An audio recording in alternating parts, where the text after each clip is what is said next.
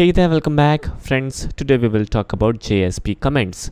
Now friends, as we already seen that we can definitely make use of Java comments when it comes to scriptlet. Let me show you. In here, firstly let me execute this program and let me show you the current output. And here is the current output, which is cool, right? Now for example, in here I comment out the second line. Then definitely the output will change a little and the output is value of X only.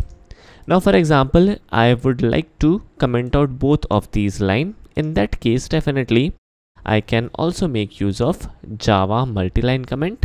Here we go. And in here, let me refresh the page and we can easily see the impact. Now friends, if for example, we are making use of expression element, let me quickly make use of expression element. In here, I print the value of X. Let me refresh the page. We are able to see the output, but in here we won't be able to comment this out. If we try to do this, what would be the outcome? That would be a crash. The bottom line is Java comments can be used for the scriptlet element only. Alright, now let me undo the changes. Now friends, we know that definitely Java comments can be used inside the scriptlet only, but we also have a yet another comment, that is HTML comment. Now for example, we make use of HTML comment to enclose the scriptlet and to enclose our expression element. What would be the outcome? Here we go. So here is the current output and let me refresh the page and here is the impact. Definitely the printable characters are gone. Now friends, these HTML comments are not reliable. Why? Because these comments will only prevent printing the printable characters. Whereas if there is some method call, if there is some unprintable characters, there won't be any impact. Let me give you an example. For example, let me get rid of this and inside this scriptlet, we are calling a method maybe. Let me format things a little real quick.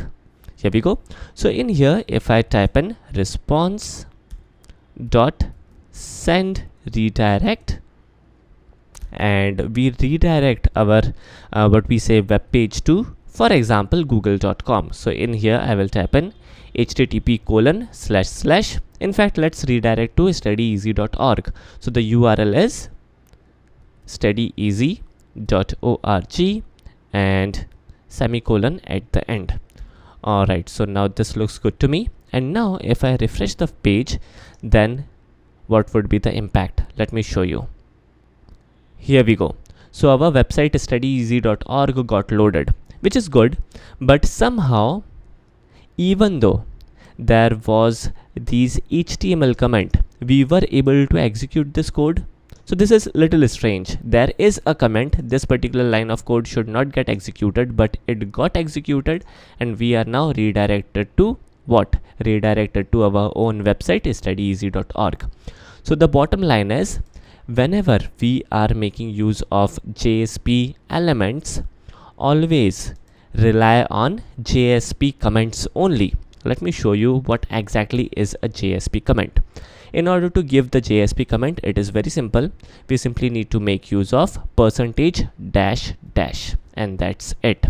Now, if I, for example, rerun this page, let me rerun this page, there won't be any impact. So this is the usage of JSP comment. Always use JSP comment whenever we are making use of JSP element. So that's the bottom line. Alright, so this is it for today's video. Hope you guys enjoyed it, and in our next video we will check a yet another element.